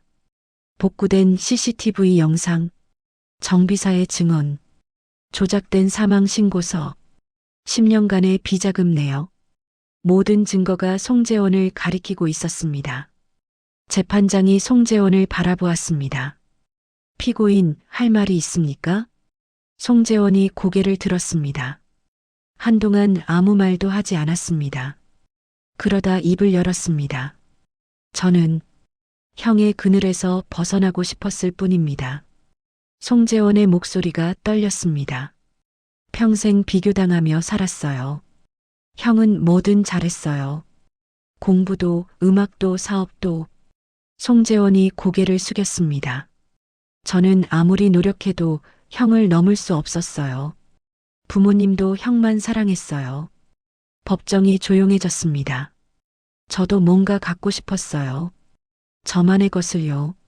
송재원의 눈에서 눈물이 흘러내렸습니다. 하지만 동정하는 사람은 없었습니다. 재판장이 차갑게 말했습니다. 그래서 형을 죽이고 조카까지 죽이려 했습니까? 송재원이 고개를 떨궜습니다. 대답하지 못했습니다. 그때 검사가 말했습니다. 재판장님, 피해자 측 증인이 증언을 원합니다. 피해 아동 송하준, 현재 박은율 군입니다. 법정이 웅성거렸습니다. 자폐가 있는 아이가 증언을 할 수 있습니까? 송재원 측 변호사가 이의를 제기했습니다. 증인은 자폐 스펙트럼 장애가 있습니다. 증언 능력이 의심됩니다. 검사가 대답했습니다. 전문의의 소견서가 있습니다. 증인은 언어 능력에 문제가 없습니다. 선택적 한묵증이었을 뿐입니다. 재판장이 고개를 끄덕였습니다. 증인, 앞으로 나오세요. 박정우가 은유리를 바라보았습니다. 은유라, 괜찮겠어? 은유리가 고개를 끄덕였습니다. 네, 아빠. 아이가 일어나 증인석으로 걸어갔습니다. 법정의 모든 시선이 아이에게 집중됐습니다. 은유리는 떨리지 않았습니다. 당당하게 증인석에 앉았습니다. 증인, 자기소개를 해주세요. 은유리가 입을 열었습니다. 제 이름은 송하준입니다. 하지만 저는 박은율로 불리고 싶습니다. 또렷한 목소리였습니다. 법정이 술렁거렸습니다. 말을 못하는 아이인 줄 알았는데 이렇게 또렷하게 말을 하다니. 그동안 왜 말을 하지 않았습니까? 무서웠습니다. 세상이요. 아이의 목소리가 조금 떨렸습니다. 10년 전 그날 밤을 기억해요. 차가 굴러떨어지고 엄마 아빠가 피를 흘리고 있었어요. 법정이 조용해졌습니다. 삼촌이 왔어요. 저를 안아서 차에 태웠어요. 삼촌이 구해주는 줄 알았어요. 은유리의 눈에 눈물이 고였습니다. 그런데 삼촌은 저를 어두운 곳에 버렸어요. 춥고 무서웠어요. 밤새 울었어요. 박정우는 주먹을 꽉 쥐었습니다. 눈물이 흘러내렸습니다. 저는 그때부터 말을 안 하기로 했어요. 말을 하면 또 버려질 것 같았거든요. 세상이 무서웠어요.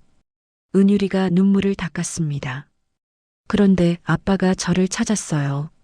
아이가 박정우를 바라보았습니다. 폐지 줍는 아빠가 저를 살려줬어요. 밥도 주고 피아노도 가르쳐줬어요. 은유리의 목소리가 떨렸습니다. 아빠는 한 번도 저를 버리지 않았어요. 힘들어도 돈이 없어도 제가 말을 못해도. 박정우의 눈에서 눈물이 흘러내렸습니다. 아빠는 제가 아프면 밤새 곁에 있어줬어요. 배고프면 자기 밥을 줬어요. 은유리가 눈물을 닦았습니다. 저한테 진짜 아빠는 핏줄로 이어진 사람이 아니에요. 은유리가 박정우를 똑바로 바라보았습니다. 저를 사랑해준 사람이 진짜 아빠예요. 법정 여기저기서 훌쩍거리는 소리가 들렸습니다. 기자들도 눈물을 닦고 있었습니다. 은유리가 송재원을 바라보았습니다. 삼촌. 송재원이 움찔했습니다. 고개를 들어 은유리를 바라보았습니다. 삼촌이 뺏어간 아버지 회사, 재산. 저는 다 필요 없어요. 송재원의 눈이 커졌습니다. 저는 그냥 아빠랑 살래요. 피아노 치면서요. 그게 제가 원하는 전부예요. 은유리가 증인석에서 내려왔습니다. 그리고 박정우에게 다가가 안겼습니다. 아빠 사랑해요. 박정우는 아이를 꼭 안았습니다. 나도 사랑해, 은유라. 방청석에서 박수가 터져 나왔습니다. 법정에서 박수가 터져 나온 것은 이례적인 일이었습니다. 재판장도 눈시울을 붉히고 있었습니다. 재판 결과 송재원 살인죄, 살인미수죄, 아동유기죄, 사기죄, 배임죄, 무기징역. 10년간 쌓아온 제국이 하루아침에 무너졌습니다. 골든스타 엔터테인먼트는 해체됐습니다. 송재혁의 유산은 법적으로 은유리에게 돌아갔습니다. 회사 지분, 부동산, 저작권, 수천억 원에 달하는 재산이었습니다. 하지만 은유리는 관심이 없었습니다. 아빠, 우리 그냥 예전처럼 살아요. 그래, 그러자. 두 사람은 좀 더 넓은 집으로 이사했습니다. 하지만 여전히 소박하게 살았습니다. 은유리는 매일 피아노를 쳤습니다. 박정호는 그 옆에서 지켜보았습니다. 그게 두 사람에게는 행복이었습니다. 재판이 끝난 후 박정호와 은유리의 삶은 달라졌습니다. 하지만 본질은 변하지 않았습니다. 두 사람은 여전히 함께였습니다. 은유리는 음악 공부를 계속했습니다. 국내 최고의 선생님들에게 배웠습니다. 해외 유학 제안이 쏟아졌습니다. 줄리아드, 커티스, 빈 음악원, 세계 최고의 음악 학교들이 은유리를 원했습니다. 하지만 은유리는 거절했습니다. 아빠 곁에 있고 싶어요. 그 한마디였습니다. 박정호는 말렸습니다. 은유라, 이건 좋은 기회야. 아빠 걱정하지 말고 가. 싫어요. 아빠 없이는 안 가요. 은유리는 단호했습니다. 대신 국내에서 최고의 교육을 받았습니다. 그것으로 충분했습니다. 은유리의 실력은 나날이 성장했습니다. 14살에 국내 콩쿠르 대상, 17살에 아시아 콩쿠르 우승, 20살에 국제 콩쿠르 우승, 쇼팽 국제 피아노 콩쿠르, 피아노계의 올림픽이라 불리는 대회였습니다. 은유리는 만장일치로 1등을 차지했습니다. 심사위원들이 극찬했습니다. 기술을 넘어선 영혼의 연주, 음악 역사에 길이 남을 천재. 21살에 유럽 투어를 시작했습니다. 빈, 베를린, 파리, 런던. 세계 최고의 콘서트홀에서 연주했습니다. 어디를 가든 매진이었습니다. 22살에 그래미 어워드를 수상했습니다. 클래식 부문 최우수 앨범상. 시상식에서 은유리가 수상 소감을 말했습니다. 이 상은 저만의 것이 아닙니다. 저를 키워주신 아버지께 바칩니다. 전 세계가 박정호와 은유리의 이야기를 알게 됐습니다. 폐지 줍는 아버지와 천재 피아니스트 아들. 세계 언론이 앞다퉈 보도했습니다. 진정한 아버지의 사랑이 천재를 만들었다. 피보다 진한 부자의 인연.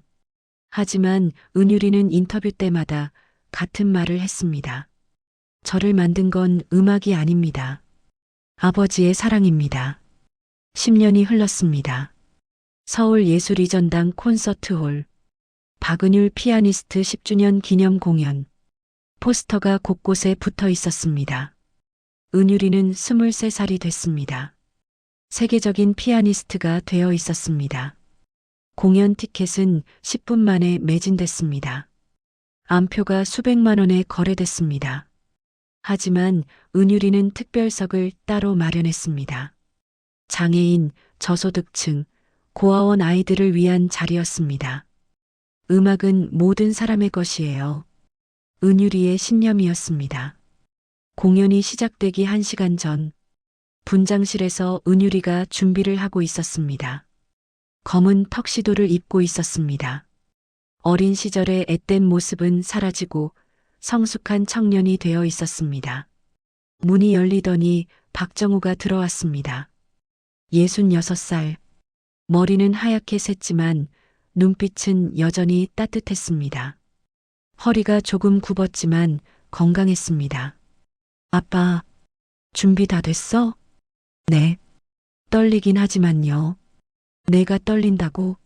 세계 무대에서 수없이 공연했으면서 오늘은 특별하잖아요. 아빠 앞에서 하는 거고. 박정호가 아들의 어깨를 토닥였습니다. 잘할 거야. 언제나 그랬듯이. 은유리가 아버지를 안았습니다. 아빠 고마워요. 모든 것에. 박정호도 아들을 안았습니다. 나야말로 고맙다. 내가 있어서 내가 살 수 있었어. 공연이 시작됐습니다. 2,000석이 넘는 객석이 가득 찼습니다. 조명이 어두워지고 무대에 빛이 들어왔습니다. 은유리가 무대로 걸어 나왔습니다. 우레와 같은 박수가 쏟아졌습니다. 은유리가 객석을 향해 인사했습니다. 그리고 피아노 앞에 앉았습니다. 잠시 정적이 흘렀습니다. 손가락이 건반 위에 올라갔습니다. 그리고 연주가 시작됐습니다. 쇼팽, 베토벤, 라흐마니노프, 거장들의 곡을 완벽하게 소화했습니다. 은유리의 연주는 기술을 넘어섰습니다. 음악에 영혼이 담겨 있었습니다. 희망, 슬픔, 기쁨, 그리움. 모든 감정이 음표 하나하나에 녹아 있었습니다. 연주가 끝날 때마다 박수갈채가 쏟아졌습니다. 마지막 곡이 남았습니다. 은유리가 마이크를 들었습니다. 관객들이 놀랐습니다. 은유리는 공연 중에 말을 거의 하지 않기로 유명했거든요. 마지막 곡 전에 말씀드릴 게 있습니다. 은유리의 목소리가 공연장에 울려 퍼졌습니다. 오늘 이 자리에 특별한 분이 계십니다. 제 아버지 박정호 씨입니다. 조명이 박정호에게 비춰졌습니다. 박정호는 객석 맨 앞줄에 앉아 있었습니다. 낡은 양복을 입고 있었습니다. 갈라지고 트인 손이 무릎 위에 놓여 있었습니다. 관객들이 박수를 쳤습니다. 은유리가 말을 이었습니다. 많은 분들이 제 이야기를 알고 계실 겁니다. 저는 3살 때 버려졌습니다. 공연장이 조용해졌습니다. 추운 겨울 쓰레기 더미에서 얼어 죽을 뻔했습니다. 은유리의 목소리가 떨렸습니다. 그때 한 남자가 저를 발견했습니다. 자기도 먹을 게 없던 분이었어요. 폐지를 주어서 근근히 살아가는 분이었거든요. 은유리가 눈물을 닦았습니다. 그런데 그분은 저를 버리지 않았습니다. 자기 밥을 줄여가며 저를 먹였습니다. 관객들 사이에서 훌쩍거리는 소리가 들렸습니다. 저는 말도 못하고 눈도 안 마주치는 아이였습니다. 키우기 정말 힘들었을 거예요. 은유리가 박정호를 바라보았습니다. 그런데 아빠는 포기하지 않았습니다. 매일 노래를 불러주고 피아노를 가르쳐줬습니다. 은유리의 눈에서 눈물이 흘러내렸습니다. 아빠의 손은 항상 거칠었어요. 갈라지고 트여서 피가 맺혀 있었어요. 폐지를 줍고 시멘트를 나르고 저를 먹이느라 그렇게 된 손이에요. 은유리가 목소리를 높였습니다. 하지만 그 손은 세상에서 가장 따뜻한 손이었습니다. 저를 안아주고 토닥여주고 피아노를 가르쳐준 손이었습니다. 관객들이 울고 있었습니다. 아빠가 없었으면 저는 없었습니다. 지금 이 자리에 서 있는 것도 피아노를 칠 수 있는 것도 다 아빠 덕분입니다. 은유리가 고개를 숙였습니다. 아빠 감사합니다. 그리고 사랑합니다. 공연장 전체가 박수로 가득 찼습니다. 박정호는 눈물을 주체할 수 없었습니다. 은유리가 다시 피아노 앞에 앉았습니다. 마지막 곡입니다. 제가 직접 작곡한 곡이에요.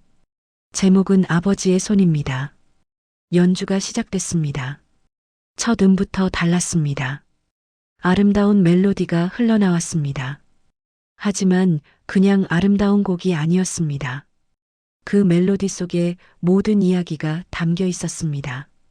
추운 밤 쓰레기 더미에서 구해준 손, 밥을 굶어가며 떠먹여주던 손, 피아노를 가르쳐주던 손, 갈라지고 트여서 피가 맺혀 있던 손, 거칠지만 따뜻했던 그 손.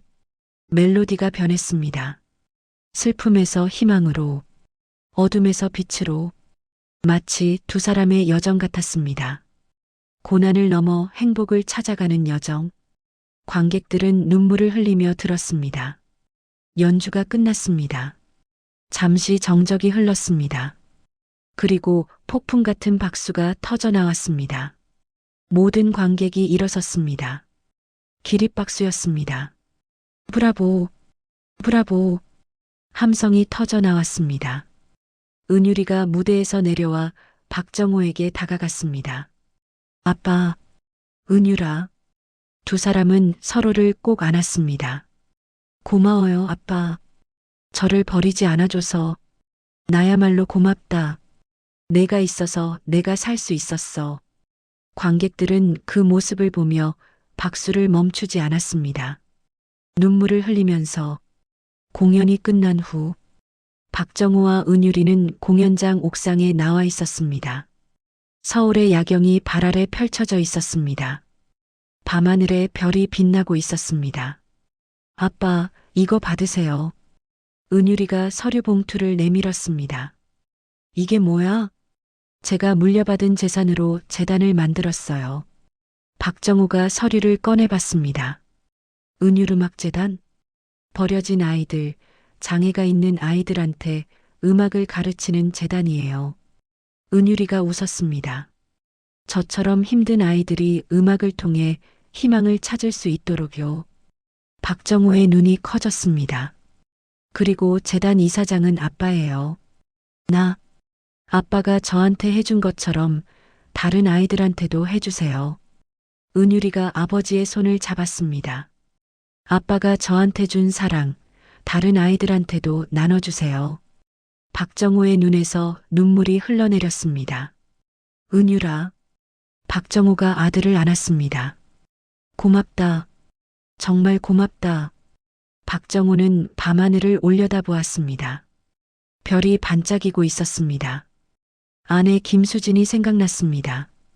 여보, 우리 아들 잘 컸지? 별이 더 밝게 빛나는 것 같았습니다. 마치 대답하는 것처럼 박정호는 미소 지었습니다. 20년 전 쓰레기 더미에서 주운 아이. 그 아이가 박정호를 살렸습니다. 아내를 잃고 모든 걸 잃고 죽고 싶었던 박정호. 살 이유가 없었던 박정호. 하지만 은유리가 나타났습니다. 박정호가 은유리를 구한 게 아니었습니다. 은유리가 박정호를 구한 것이었습니다.